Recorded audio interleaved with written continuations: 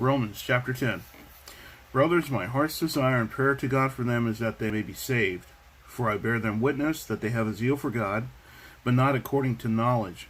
For being ignorant of the righteousness of God, and seeking to establish their own, they did not submit to God's righteousness. For Christ is the end of the law for righteousness to everyone who believes. For Moses writes about the righteousness that is based on the law, that the person who does the commandments shall live by them. But the righteousness based on faith says, do not say in your heart who will ascend into heaven, that is, to bring Christ down, or who will descend into the abyss, that is, to bring Christ up from the dead. But what does it say?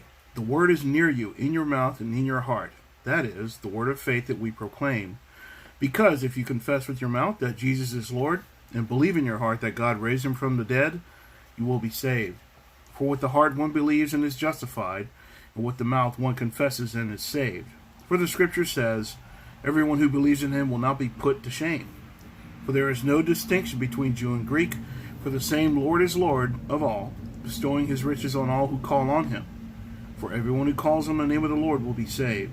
How then will they call on him in whom they have not believed? And how are they to believe in him of whom they have never heard? And how are they to hear without someone preaching? And how are they to preach unless they are sent? As it is written, how beautiful are the feet of those who preach the good news. But they have not all obeyed the gospel. For Isaiah says, Lord, who has believed what he has heard from us? So faith comes from hearing, and hearing through the word of Christ. But I ask, have they not heard? Indeed, they have, for their voice has gone out to all the earth, and their words to the ends of the world. But I ask, did Israel not understand? First Moses says, I will make you jealous of those who are not a nation. With a foolish nation I will make you angry. Then Isaiah is so bold as to say, I have been found by those who did not seek me.